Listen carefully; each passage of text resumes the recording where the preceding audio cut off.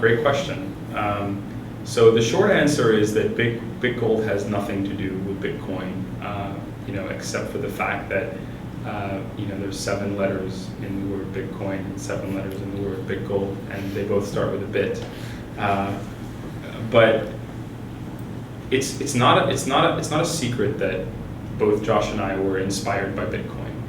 We spent a lot of time studying everything we could about Bitcoin, and we think that A, we're not smart enough to yet know, and B, Bitcoin's technology is so profound that in some way, shape, or form, in the next 10, 20, 30, 40 years, we'll be looking back at Bitcoin as having affected some type of a change in the way we exchange value. I'm pretty confident of that it will mark that inflection point in history where we all of a sudden figured that we don't need to use all these concentric circle-based organizations built on top of an antiquated infrastructure to simply exchange value between each other. The issue that we saw with Bitcoin was our motivations for starting something like BitGold or running a business like Gold Money were motivations that came from the understanding of monetary history and the interest in preserving our users' wealth and democratizing their access to financial services. And the more that we studied Bitcoin, we felt that at its core, the core philosophy of Bitcoin was inconsistent with the advancements we've made in society and specifically in consumer finance with respect to consumer protections, reversibility of transactions, know your customer and anti-money laundering regulations. And we felt that if we could supplement a mathematical token, which is what Bitcoin is, with a physical vaulted piece of gold, we could achieve a closed loop network more similar to PayPal that would allow us to have transaction reversibility, fully known customers, KYC, best services or best class anti-money laundering policies, and still get all the benefits and promise that Bitcoin holds in the world of value transfer. So we'd still allow you to exchange value very quickly. We would still allow you to access ordinarily sophisticated financial services. So you could be living in Mexico and accumulating a surplus of gold in London, and the next time the peso gets devalued by 30 or 40%, you're sitting pretty, you're fine. Your work, your labor, your time, your family's time wasn't devalued because of some exogenous reason.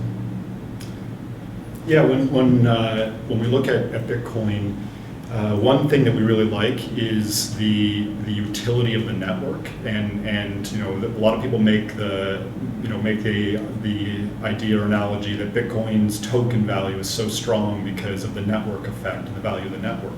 But that's exactly what we're doing with gold. By creating this value in the network where people can transact instantly and free across borders with an underlying commodity that's always existing and fully owned, there's a lot of value to that. Removing all the friction of foreign exchange and removing the friction of correspondent banks as money moves from one banking ledger to another one in another currency.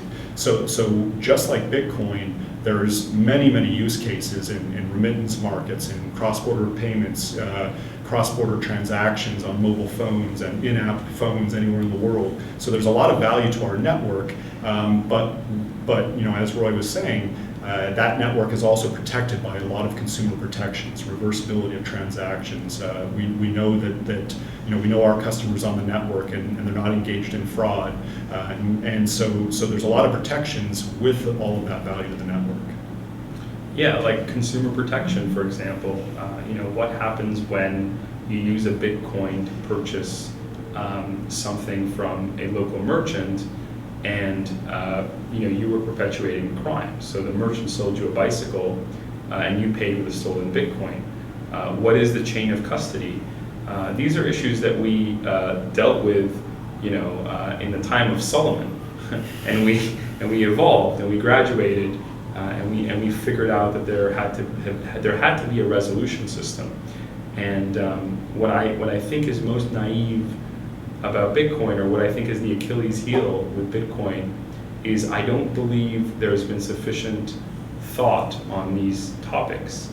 And the issue is that if Bitcoin were to implement all of these features, then what advantage does it have over low latency fiat in the form of like a MasterCard payment or a tokenized Visa card on your Apple Pay? Because ultimately the value of those networks, like a Visa or MasterCard, is transaction reversibility and merchant resolution, and so it's going to be interesting.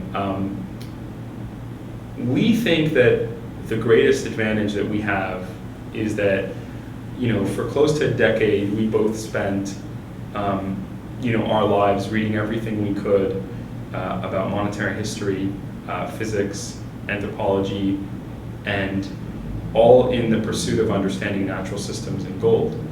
And when we were doing this, Josh was doing it as an engineer, and then a senior analyst at Goldman Sachs. I was doing it because I have this quirk where I have to understand how things work, and I couldn't understand how gold worked. And in order to understand how gold worked, I had to understand how money worked, and couldn't understand how money worked until I understood how markets worked, and I couldn't understand how markets worked until I understood how psychology worked, and it was this rabbit hole. But eventually, I did get to the bottom of it. Money is proof of time. It's proof that its owner has expended time and effort in order to gain ownership of the money. And because of the laws of physics in our universe, it's very difficult to prove ownership of anything over the course of time, because time is always fighting against you, because time creates cycles through which most of what we have around us rots or evaporates or expires. And so the perfect money has to be immortal to time. It has to outlive time. And when you get down to the physics, there aren't many elements in the periodic table that are immortal to time. But then you get to these 8 noble metals, and those are, for whatever reason, at the inception of the universe, immortal to time. They last forever. There's a fixed quantity of them in the earth, in our atmosphere, and there will always be a fixed quantity of them, eons from now. And as you work your way through those 8, all of the 8 would be fine, but 4 of the 8 are just extremely rare, infinitesimally rare. Like they're basically, the size of a bowl. That's how much, you might have like worth of, osmium or iridium. I'm probably wrong on that, but it's very rare. And the other 3 are all indiscernible. They all look like silver. So if I had them on this table, you wouldn't know what was palladium, what was platinum, or what was silver. And then you have gold. And gold is not only rarer than those other 3, it's discernible instantly. It's yellow and shiny. And so over time, by default, one of the 4 had to become money, because nothing else could prove that you expended time to accumulate it. But through a Darwinian process, gold ascended as the perfect money because it was easily discernible, it had a lower melting point, so it was easier to divide, and it became the social network that everyone wanted to use. I think we began to learn an even more interesting lesson, right, Josh? Yeah, and so once we had our experiment with these elements and understood or again gold ascending as money because of the way it could withstand time, we realized that that's very, very important for cooperation. We realized that when someone's exchanging goods in a direct barter system, it just doesn't always make sense to bring all of your goods to the center of the market and figure out what's worth what at any given time. So money always has to be superior to the good you're trading it for, so that it's always accepted, and it always has to last until the next time you trade. And so gold really is nothing but a very big sharing economy. It's you never really own the gold. It's going to outlive you and outlast you anyways. What you're doing is you're enabling cooperation and allowing everybody to actually work and produce more than anyone can do individually. So gold really enabled this division of labor, in that a group of people working together can create a prosperity and surplus, on a way that they couldn't do before. Now, when you look at the internet and looking at this global cooperation now, that because we're so connected and interconnected, we come back to that importance of you've got to have a money that's always more important in the very short term, or always more valuable than that good, so that we can always be cooperating on this global scale and creating prosperity, not just locally, not just where someone has the best banking system or the best closest to the banking system. It needs to be ubiquitous, just like the mobile phones and internets are, where people can always have valuable money for their valuable time, no matter where they are in the world. The internet has the power to change everything, and all the rules and all the cycles that we've been used to throughout history, and it's done that with education so far and information. It's allowed information to be democratized, and that's why you see all these incredible trends in literacy in the developing world. In a way, they're more literate than the developed world, and that's why most of the top universities today have a majority of their incoming students come from the developing nations. Now imagine that the internet, which is simply a plumbing system that's free, can distribute financial services. So, and it has its own currency that anyone could accumulate through a meritocratic process, which just simply means that if you do better than someone else, you'll be ranked better. There won't be anyone externally pushing you down or deciding that you're worth less or you've done less good. There's a rating system that's very clear, and rating systems are important because they instill discipline, and through discipline we accumulate savings, and through savings we have a more stable base for economic growth, and we have more resilient business cycles, and that's really how we achieve prosperity and improve the quality of life of our species. But one thing that's very important to think about when you're talking about savings and prosperity, and like you said, the meritocracy, there's still an underlying human element that when you see people being left behind in a system, I believe it's a natural instinct to try to help those people. And so it's oftentimes when you talk about gold or capitalism, there's this idea that people are just trying to get the most. I don't believe that's true. And what you have when you have a fair measuring system is you can actually measure and see the people being left behind. And I believe that creates an ability for humans to revert to their natural state of trying to figure out how to create prosperity for everybody. And we just can't do that when our measuring stick is always changing. We don't know why. Two workers in different parts of the world are getting completely. One may be completely screwed by it because their measuring stick is just totally volatile in their currency. And so this allows people to connect and figure out where we need to solve problems. Yeah, think about it this way. When you travel abroad and you go from imperial to metric, it's like the biggest deal. Kilometers, miles, yards, feet, inches, centimeters.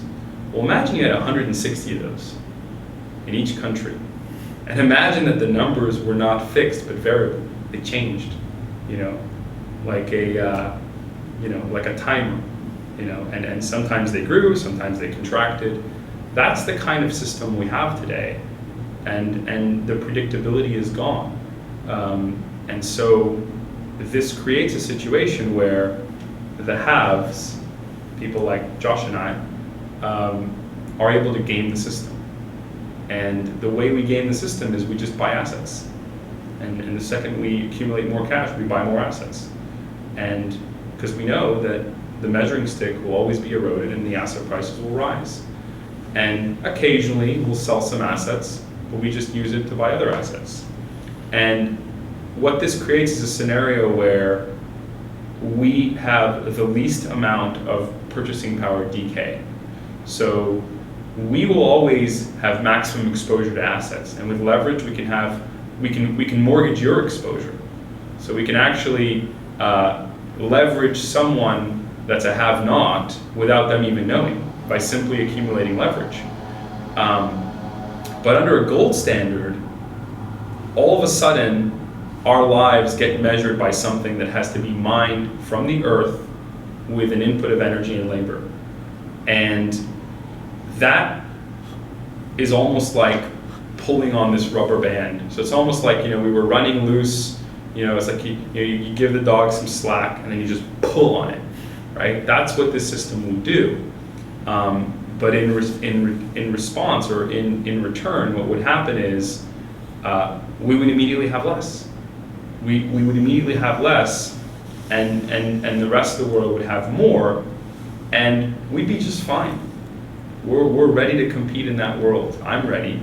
But this current kind of reality that we're facing is unprecedented.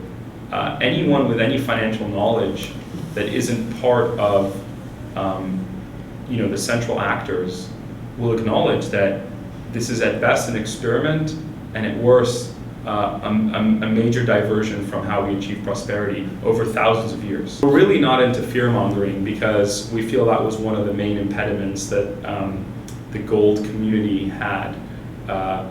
But you really have to question, if you read your economic history and you read the various cases of hyperinflation and or abrupt devaluations in currencies, whether all the signs aren't there. It seems to me that 7 out of 10 or 8 out of 10 signs that were present in the Weimar Republic are present now, and that 6 out of 10 or 7 out of 10 of the signs that were present during John Law are present now. And I think that we don't want to see that be the resolution. We really don't. We don't want gold to go to $10,000. Because if gold goes to 10,000, your food prices have gone up 10 times as well. Exactly. So you're not getting rich off of that. You're for the most part, everyone's getting poor. Yeah, what we want to do is we think there's a way out, and we think the way out the way out involves people taking responsibility for their savings and payments, and having the opportunity to express themselves, just as we've reached a pinnacle of social progress, where we are now able to express ourselves as we please. We're now able to marry who we want and do what we want. We should be able to use whatever currency we want, as long as we're doing it legally and within the spirit of the law. There's a lot of news about Bitcoin in Greece, and what's happening there. Well, I think it's a very unfortunate situation with what's happening. I don't want to comment too much on the politics or economics, but if you look at the actual use case today, with something you can do on our platform, say I'm a freelance graphic designer or someone working in Greece right now that can't access their bank account. With a platform like BitGold, or with an internationally accessible platform, they could actually be still doing that work and not have to they'd actually earn gold on the platform. So they could send an invoice to Canada. I can pay with my Canadian credit card. They now have gold in London that they can put onto a euro debit card and actually spend euros locally. And where I'm going with all of this, the point is that that the gold is always there. It's always fully reserved. There's no reason in our system to have a bank run because it's not been overlent out. It's always the person's assets on BitGold. Yeah, I think it's very interesting when you consider if everyone in Greece knew about BitGold, how that whole crisis would have played out. It probably would have played out a lot differently. And I think that our mission in life is to ensure that at some point in the future, the next time there will be an inevitable crisis like that, our solution will help people. And it definitely did. We did see a spike in Greek signups, but unfortunately they couldn't use their credit cards at that point to fund their BitGold accounts. But yeah, these are early days. We are extremely thankful, honored, continue to work hard every day for you, and thank you for the trust that you've placed in us.